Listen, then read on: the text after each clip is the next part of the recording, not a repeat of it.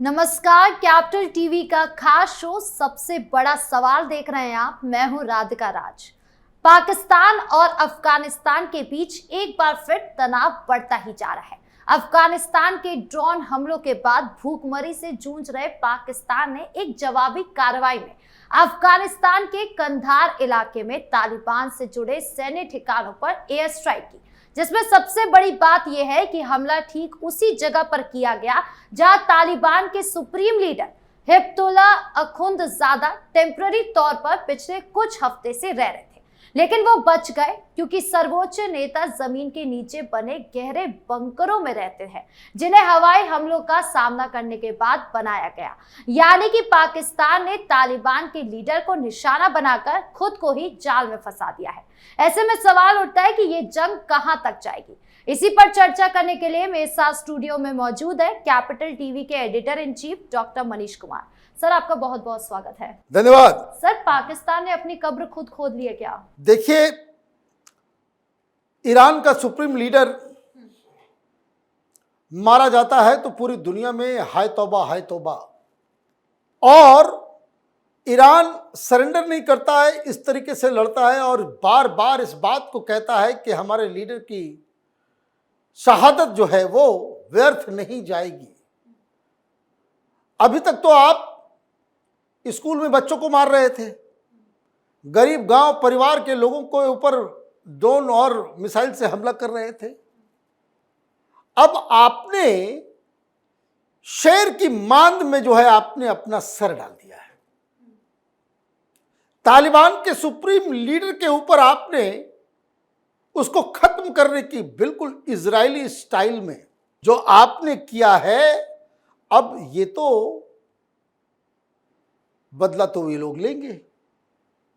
तो आप ये समझिए कि ये पाकिस्तान की सेना के द्वारा क्या किया जा रहा है और क्यों किया जा रहा है और इसका क्या रिपरकशन होगा।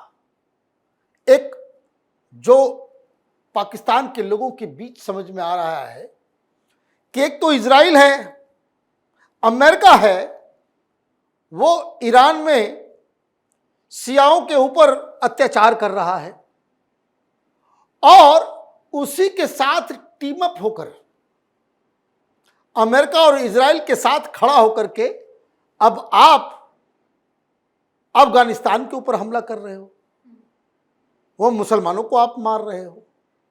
ये पाकिस्तान की सोशल मीडिया में अभी बहुत बड़ा डिबेट चल रहा है। अब पहले ये समझिए कि भाई अचानक से अफगानिस्तान पाकिस्तान क्यों बार बार हमले कर रहा है, क्यों टारगेट किया इसने सुप्रीम लीडर को, क्यों तालिबान को जो है खत्म करना चाह रहा है कि भाई आप उसके लीडरशिप को हटाओ तो फिर इनके भी कुछ लोग होंगे, कुछ और लीडर को बनाया जाएगा जिसको खरीदा जा सकता है, जिसको मोल्ड किया जा सकता है। पर्पस क्या है? What is the end game? End game बहुत ही सिंपल है समझना। ये मुनीर ये डोनाल्ड ट्रंप का पालतू बना हुआ है। He is a pet, a puppet of America. Afghanistan से लड़ना इसलिए जरूरी हो गया है इनको क्योंकि हुजूर ने कहा है, इनके आका ने कहा है कि येन केन प्रकारेन हमें वो बगराम एयरबेस जिसको अमेरिका छोड़ के आया उसकी हमें जरूरत है। आज वो एयरबेस होता तो उस एयरबेस का इस्तेमाल ईरान के ऊपर हमला करने के लिए किया जाता। तो इनसे कहा गया है कि आदर तो तुम दो, अपने एयरबेस को दो, या फिर वो एयरबेस हमें चाहिए। That is your duty. तुमने अफगान वॉर के तहत अमेरिका से इतने अरबों अरब रुपए तुम लिए, तो ये तो तुम्हारी जिम्मेदारी है, ये तो तुम्हारी जिम्मेदारी है। तुमने ही मध्यस्थता करवा करके ये कन्विंस करवाया कि यहाँ कुछ बदलेगा नहीं और बगराम जो एयरबेस जो है वो अमेरिका छोड़ के चला जाएगा, वो उसी स्थिति में होगा। तो ये जो अटैक हो रहा है ये directly related to what? It is related to कि भाई आप जो है वो अमेरिका के कहने पे अफगानिस्तान के ऊपर हमला कर रहे हो ताकि उसको एयरबेस चाहिए, और अगर वो नहीं छुटा के दे पाएगा तो फिर ग्वादर हो या ग्वादर के आसपास अमेरिकी सेना को जो है आपको एक्सेस देना पड़ेगा। और ये हुआ तो आप ये समझिए पाकिस्तान, देखिए Pakistan is on the brink of a civil war. वहां न शहबाज शरीफ को कोई लेजिटिमेसी है, न लीडर मानने को लोग तैयार हैं, न मुनीर को। मुनीर तो गायब ही हो गया है। वो पूरा वर्दी पहन करके गया था सऊदी अरब, उसको भेज दिया गया कि जाकर डिफेंस मिनिस्टर से मिलो।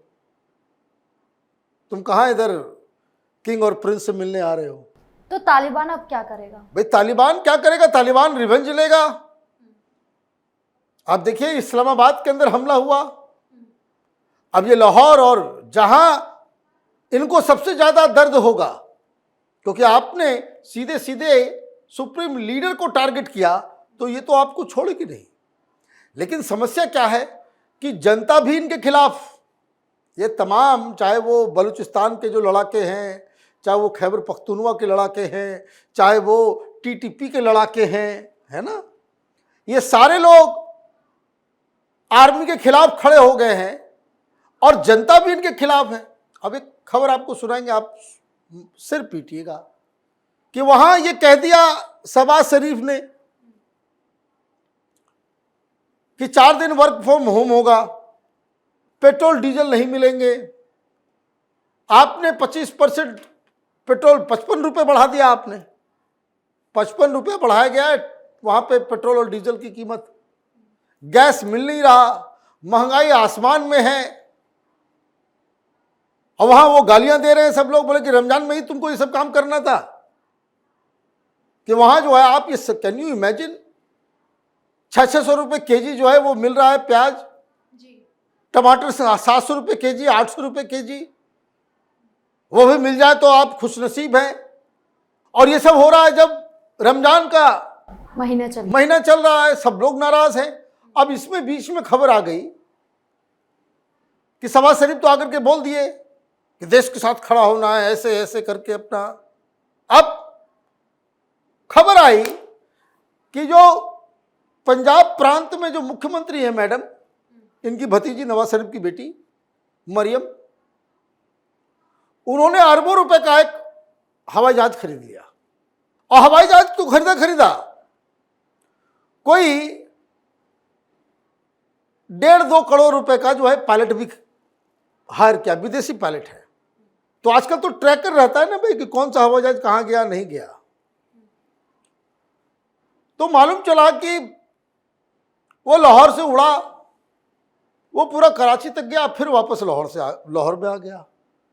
मैंने आप कहीं गए नहीं, गए घूम के आकर के फिर सैर करके आ गए। अब लोग बोल रहे हैं कि भाई ये क्या था, तो बहुत सारे लोग मजाक कर रहे थे कि मैडम गई थी साथ में, मुनीर भी साथ में था। इन दोनों की दोस्ती के जो है चर्चे बहुत हैं। तो फिर मालूम चला कि वो हवाई जहाज अचानक से फिर से उड़ता है और ये चलाता है वियना, और वियना में जाकर के पार्क हो जाता है और 3-4 दिन वियना में ही रहता है। अब 2 चीजें हैं, बहुत सारे लोगों ने कहा कि भाई कि मैडम का अभी तो नया लिए हो, फिर अचानक से तो वियना में मालूम चला कि वहां मरम्मत का काम होता है, जिस कंपनी का लिया गया उसका वो मरम्मत का काम होता है, तो वो वहां पड़ा हुआ है। तो लोग पूछने लगे भाई इतना पैसा, अभी खाने के लिए पैसे नहीं है, हवाई जहाज खरीदे हुए हो, करोड़ों रुपए का 2-2 जो है महीने का तनख्वाह के ऊपर जो है आपने पायलट ले लिया है, साथ में उसका अलग अलग तरह के स्टाफ आपने रख लिए हैं, करोड़ों रुपए 10 करोड़ रुपए जो है वो खर्च हो रहा है सिर्फ आपके हवाई जहाज के ऊपर, और वो 4 दिन 5 दिन से वियना में पहुंचा हुआ है। तो खोजी पत्रकार तो है पाकिस्तान में, उन्होंने बताया कि मैडम मरियम का एक बेटा है, उसने दूसरी शादी की, एक शादी किया हुआ तो खैर लोगों को 4 अलाउड है, तो एक शादी कर लिया, दूसरी शादी उसने हाल में की, और वो अपने वो सरकारी इस प्राइवेट जेट बना करके वो तफरी मारने के लिए पाकिस्तान पहले घूमा, वापस लौट के आया, 2 दिन के बाद कहा कि भाई हम हनीमून मनाने के लिए जाएंगे, तो वो प्राइवेट जेट लेकर के हनीमून लेकर के यूरोप चला गया। भाई पाकिस्तान में लोगों के शरीर में कोई खून की जगह पानी बहता है? ऐसे ऐसे लोगों को चुनते हो। हिंदुस्तान में ये काम कोई कर दे तो उसकी तो कुर्सी अगले 2 घंटे में चली जाए, नहीं तो उसको जो है बाकायदा पब्लिक जो है मतलब क्या से क्या बना देगी उसको। आप देखिए राहुल गांधी की हालत ऐसा क्यों है हिंदुस्तान में?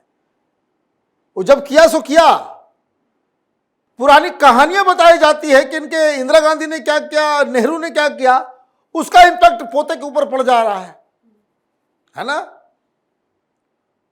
और ये लोग इस तरह का काम कर दिए होते तो पब्लिक तो आप देखिए। तो ये मुझे लग रहा है कि मैं ये कहानी में क्यों बता रहा हूं, ये इसलिए बता रहा हूं कि ये पाकिस्तान की करंट सिचुएशन है। लोग महंगाई से, बेरोजगारी से, वहाँ जो लोगों की परेशानियों से वो ऑलरेडी इस पूरी की पूरी सरकार और सिस्टम से जो है पूरी तरीके से त्रस्त हो गए।